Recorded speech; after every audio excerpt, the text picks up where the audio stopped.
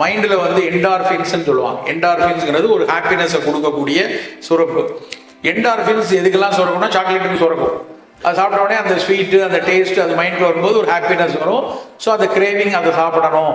அதனால தான் என்ன பண்ணுறாங்கன்னா அந்த ஷார்ட்ஸுங்கிறதெல்லாம் இப்போ பிரபலமாயிட்டு இருக்கு.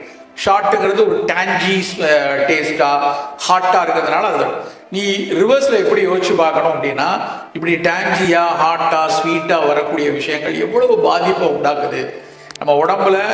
இப்படி ஒரு பிரச்சனை தர்ற விஷயத்துக்காக நாம் பின்னாடி போகணுமா அப்படின்னு நீ வந்து உன்னுடைய மைண்டை வச்சு தான் அது ஜெயிக்கணும். வேணாம், இது எனக்கு உடம்புக்கு பாதிப்பை உண்டாக்கும். இப்போ சாக்லேட்ஸ் வந்து என்னைக்கோ ஒரு நாள் நம்ம எல்லாரும் சேர்ந்து சாப்பிட்றப்போ ஒரு மகிழ்ச்சி இருக்கப்போ அது ஒன்றும் தப்பு, பெரிய தப்பெல்லாம் கிடையாது. ஆனால் நான் தினம் சாப்பிட்டோன்னே ஒரு சாக்லேட் சாப்பிடுவேன். ஒவ்வொரு பீரியடுக்கும் நான் வந்து ஒரு பீஸா வாங்கி சாப்பிடுவேன். ஒவ்வொரு இதுலேயும் இப்படி எடுப்பேன்னா மந்த்லி அது ஒரு பழக்கமாக மாறும்போது குமுலேட்டிவ் டாக்ஸிட்டி வந்துடும். இப்போ நமக்கு அந்த டாக்ஸிக் எலமெண்ட் உள்ளே போகும்போது எந்த ஜீனை போய் தூண்டுன்னு தெரியாது. உன்னுடைய பாட்டி வரைக்கும் உனக்கு தெரியும். பாட்டிக்கு முன்னாடி உள்ள தலைமுறைகளுக்கு ஏதாவது ஒரு பெரிய நோய் இருந்து அந்த ஜீன் உன் உடம்புல சப்டிலாக இருக்கும், அமைதியாக இருக்கும். பிகாஸ் இவர் உன்னுடைய நல்ல ஹெல்தி ஜீன்லாம் வந்து டாமினண்டாக இருந்து அன்ஹெல்தி ஜீனை அமுக்கி வச்சிருக்கும்.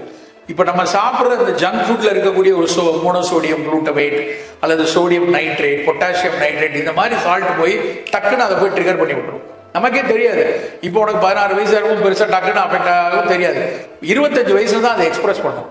அந்த எக்ஸ்பிரஷன் ஆகும்போது ஒரு நோயை கொடுத்துரும். அதனால எத்தனையோ தவறுகள் நம்மளை ஈர்க்குது. ஆனால் நம்ம ஏன் செய்ய மாட்டேங்கிறோம்? சமூகத்தின் மீதான பயம் அடிப்படையில். நம்ம போய் மது இருந்ததுன்னா நம்ம ஒட்டுமொத்த சமூகம் நம்மளை காரி துப்பிடும். நம்ம அம்மா அப்பா மேலெல்லாம் எவ்வளோ பெரிய இது வச்சுருக்காங்க, நம்ம போய் இந்த தப்பை பண்ணலாமான்னு ஒரு பயம் முதல்ல வருதுல. இறைவன் மீதும் அப்பா அம்மா மீதும் இயற்கை மீதும் ஒரு அச்சம் தான் நம்மளை வந்து முதல்ல நம்மளை நெறிப்படுத்துது. அதே மாதிரி நம்ம உடல்நலம் மீதும் ஒரு அச்சம் இருக்கணும். எனக்கு இது வேணாம், இது நம்ம எடுக்க ஆரம்பிக்கிறத இவ்வளோ பேர் பேசுகிறாங்க, இவ்வளோ பேர் எழுதுறாங்க, அதுக்காக போய் நம்ம போய் நமக்கு டேஸ்டாக இருக்குங்கிறக்கா ஒரு குப்பையை போய் நம்ம சாப்பிடணுமா அப்படின்னு மன உறுதியை வளர்த்துக்கிட்டே வரும். வளர்த்துட்டே வரும்போது நம்ம ஜெயிச்சிடலாம். காந்தியிலிருந்து நெல்சன் மண்டேலாலேருந்து அப்ரஹாம் லிங்கன் வரைக்கும் எவ்வளோ பெரிய ஆளுங்க அவங்களோட சுயசரிதையில் பார்த்தீங்கன்னா எத்தனையோ விஷயத்தில் அவங்க ஆசைப்பட்டிருக்காங்க. அதுக்கப்புறம் அவங்க அது தவறுன்னு புரிஞ்சு வேணாம் அப்படின்னு ஜெயிச்சதுனால தான் நீங்கள் நம்மளும் 2 பேரும் அவரை பற்றி பேசிகிட்டு இருக்கோம். ஸோ அதனால் நம்ம we have to win for our health.